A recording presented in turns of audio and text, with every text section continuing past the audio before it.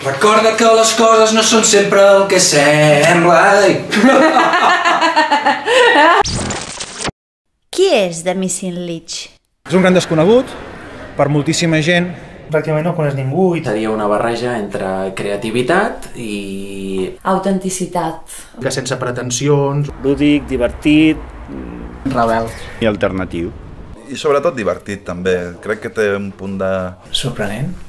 És diferent a l'estàndard de música d'avui en dia. Més viu, més intens, més dedicat als temps que estem i... Sobretot l'actitud és molt important. actitud a l'hora de tocar, més que de coneixements musicals. Fem uns concerts d'anar buscant moltes coses i tirar endavant. Tirar endavant.